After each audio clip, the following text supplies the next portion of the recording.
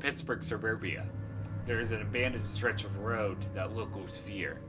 They tell legends of serial killers, occultic house, witches' houses, and any other urban legends that you always heard of in the late 80s. Because of all these urban legends, it's become impossible to suss out fact from fiction, leaving this area to be a very controversial one in the paranormal community. Out of all the urban legends, the one that really piqued my interest was the one that the KKK lynched someone there. These legends come from the older generations and not the younger. So I spent hours researching whether or not it's possible for the KKK to lynch someone within Pittsburgh. According to the official records, there were no lynchings in western Pennsylvania, but the possibility of one undiscovered is quite likely. First, let's look at the local papers. I found two articles by local newspapers that point to high activity of the Klu Klux Klan and possible lynchings. First, by the New York Times, which stated that that lynch mob was formed after a murder in October 1932. Then another article states that former members of the Allegheny Klu Klux Klan claimed that their leader kidnapped a 4-year-old child. Also stated that there was a lynching at Beavers Fall, PA. Considering that this does not show up in the National Archives, I'm curious why not. Then, in August 18th of 1924, according to local death records, a black man was found hanging over Little Sedgwickley Creek, only a few miles away from Blue Mist Road. Unfortunately, according to death records, it was ruled a suicide, though I do question its findings.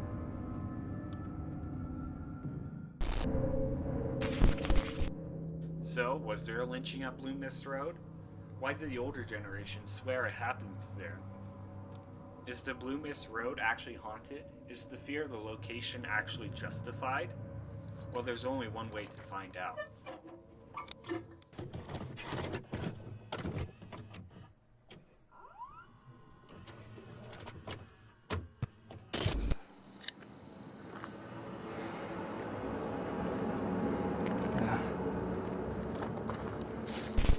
I've left some colorful works. Anyways, good.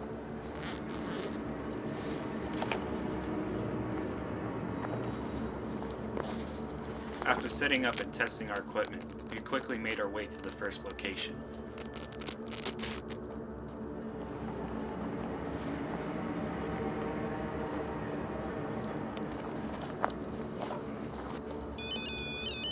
Okay, works. Okay, I got one. No, the gas. Could be the power lines. First location was a broken old tree, rumored to be one of the lynching trees. Can you give us a sign?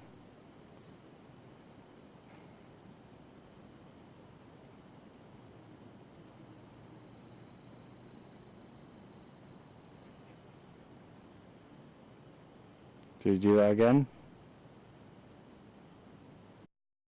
Not even a minute in the location, we start hearing footsteps.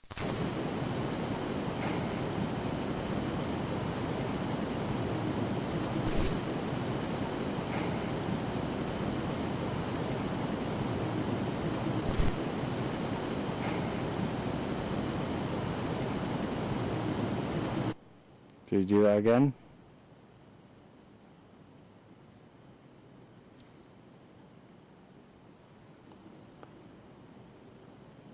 Swear I heard footsteps over there. This is how we all get murdered. Right after I asked, "Can you do it again?" I got more footsteps.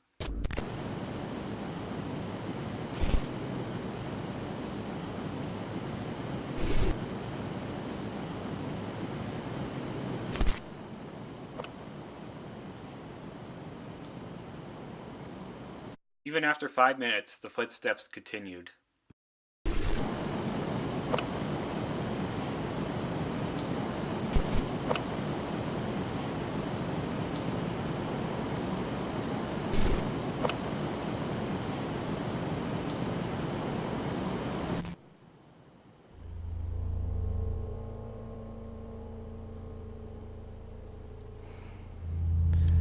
Could you give a less creepy sign?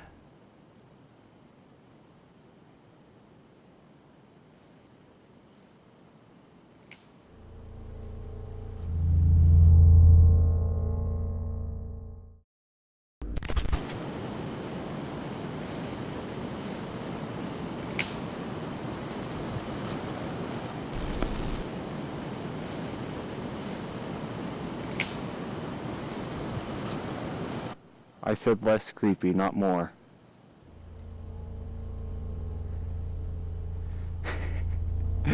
Oh God.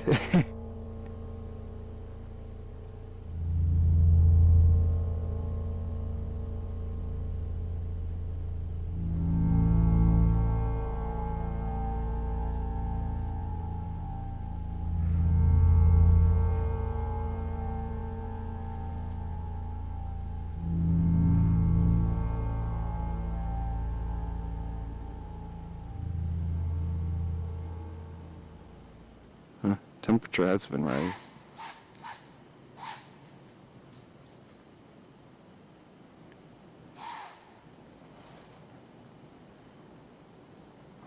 You never know, deer could be ghosts. Ghost deer.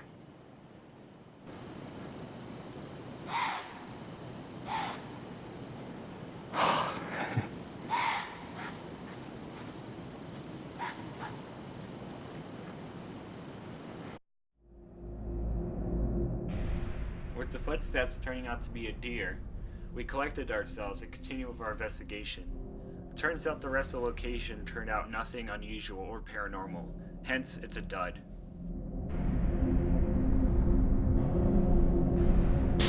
Frame. We quickly made our way towards Hamilton Drive, up the path to the rumored haunted ruins, but unfortunately we got ourselves lost. But this turned out to be a blessing in disguise.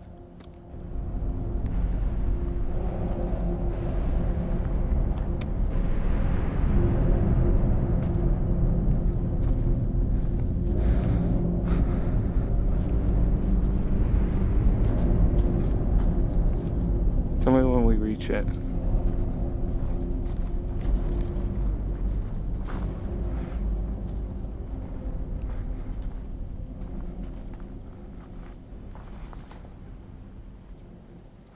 Right here? Okay.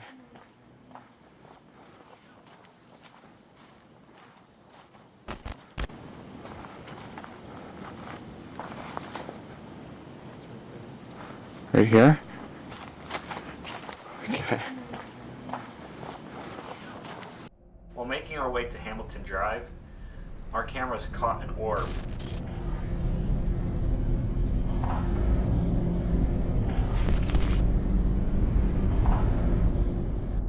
First part was determining the source of this light. Thankfully, when reviewing the footage, we noticed that the flashlight and the orb is visible in the same frame at the same time, hence ruling out artificial light. Next, we tried to figure out what's with the light's erratic path. With this, we visited the location back in the daytime and compared to the footage we found brightened. We noticed that the brightened image, you can see the sky move synced with the sound of my footsteps. With that, we were able to determine that the orb moved in a smooth, linear path independent from our own movement. But that wasn't the only thing we captured in this clip. You gotta remember, I'm with a guide and both of us are male.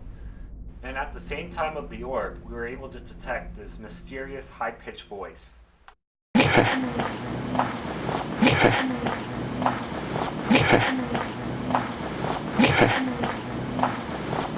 orb, mixed with the EVP at the same time, is probably the best evidence I have captured so far in my career. Watch your step. Unaware of what we have captured, we continued our way up Hamilton Drive to the ruins that are rumored to be haunted.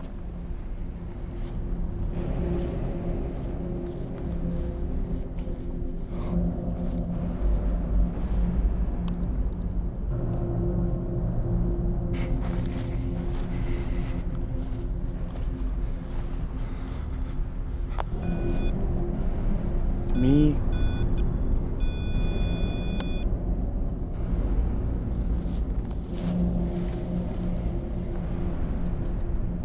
Wow, there was a spike in metal gas. Nice. Touch this, affects the temperature. We touch that, affects that number. Make my day. After arriving at the ruins, we quickly started our investigation. Is there anyone here?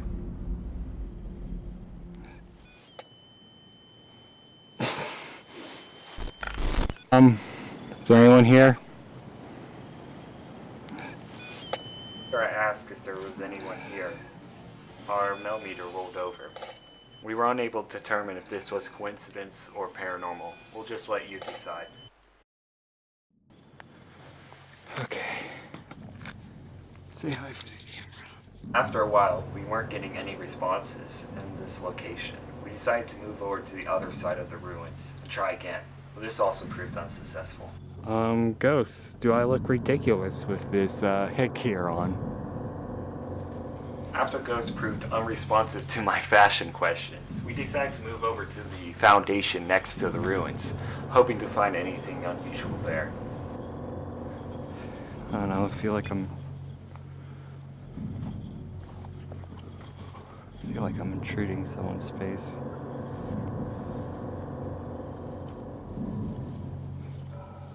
I don't know why, I just feel terrible, like dread.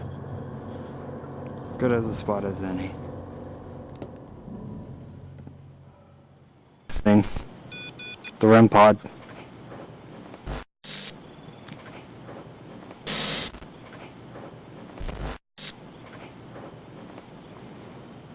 Huh.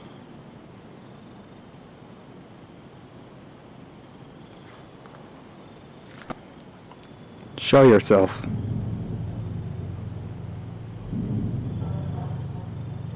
Come on, show it.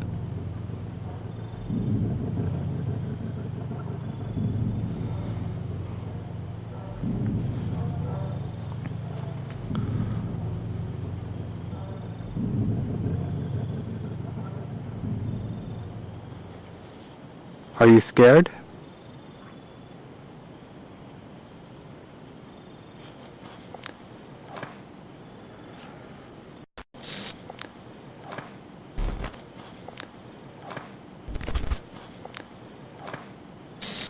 This unexplained sound phenomenon only appeared at this location and caused great debate over what exactly it was. One of the explanations given was that we were jerking the camera around, rattling it, but as you can see in the second clip, we weren't jerking the camera around. Another possible explanation is that some force is pressing down on metal plates strewn around this ruins. I want to explain why I didn't react to it.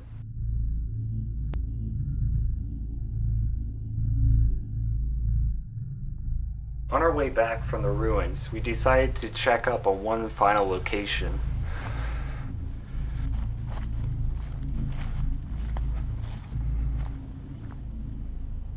.2.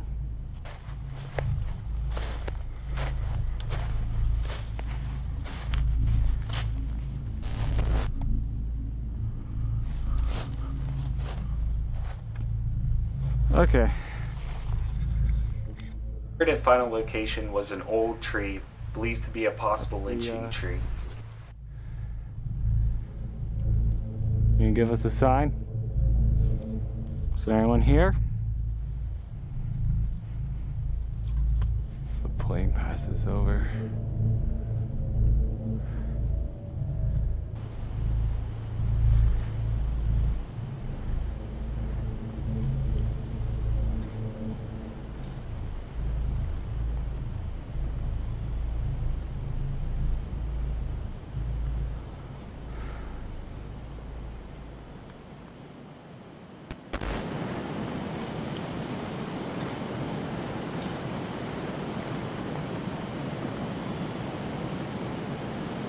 After we heard footsteps, we noticed this strange entity peeked out behind a tree.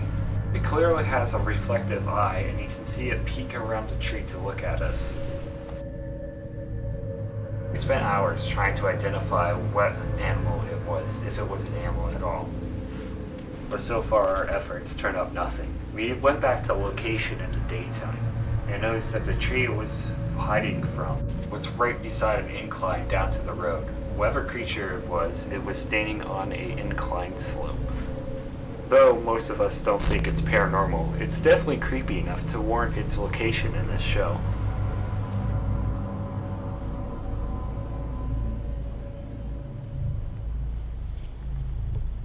Do you hate me?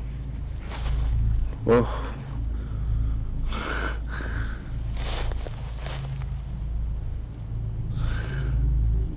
Was that you? A few minutes after recording that entity behind the tree, when I asked, "Do you hate me?" I felt a force press me on the center of my chest, which caused me to stumble back. It honestly felt like it was trying to push me down.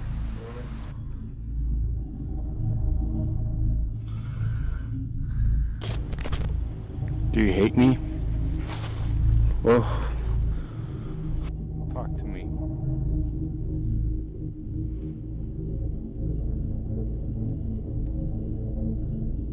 After being pushed down by the ghost, we were unable to establish contact with the entity, unfortunately. With this dawn coming near, we decided to make our way back to civilization, and thus ending our search. Probably being an ass to them.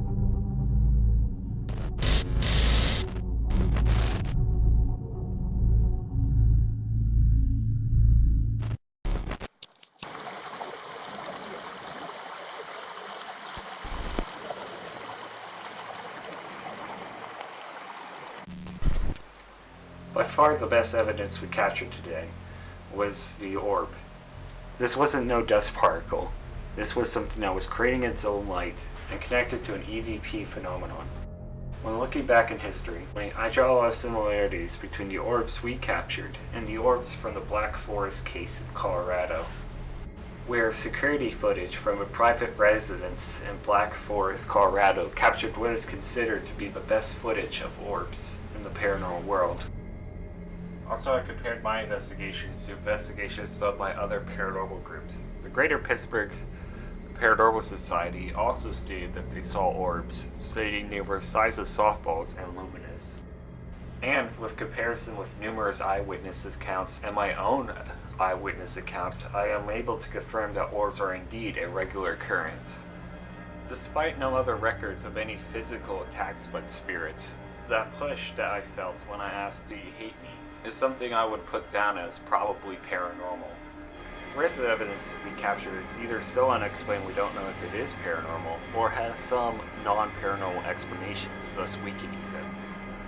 But when I plot down on the map the possibly paranormal and the probably paranormal events, a pattern emerges. All the probable paranormal events happen in a small concentrated area at the intersection of Loomis Road and Hamilton Drive, with further possible paranormal events happening further up Hamilton Drive. With this, we have narrowed down the haunted location to a few hundred meters. This will prove very useful for any future investigation of the Loomis Road we conduct. Unfortunately, any attempt to make any intelligent communication with spirits proved unsuccessful. The only intelligent responses were a push, but that could be also chalked up to unintelligent coincidence. Without this communication, we were unable to determine if the Klu Klux Klan was the reason why this road is haunted. Thus, the reason why it is haunted remains a mystery.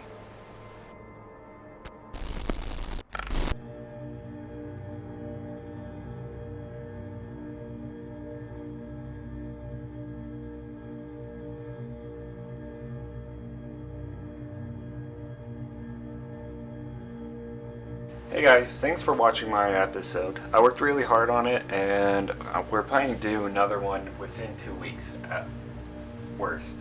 I also want to apologize how dark this investigation was. Our main light failed during this investigation right at the beginning. We fixed this issue for our next one, so the next one you will be able to see more. We're also experimenting with new ways and new formulas for this show, so don't be so surprised if the next episode doesn't look as same. Anyways, if you guys really liked what we made here, remember to subscribe, like, share with your friends. Also, give me a comment. I like to hear your feedback, see where we can improve. I'm trying to get this YouTube thing down still. Anyways, thanks for everything. See you in 2 weeks, and don't let the ghost bite.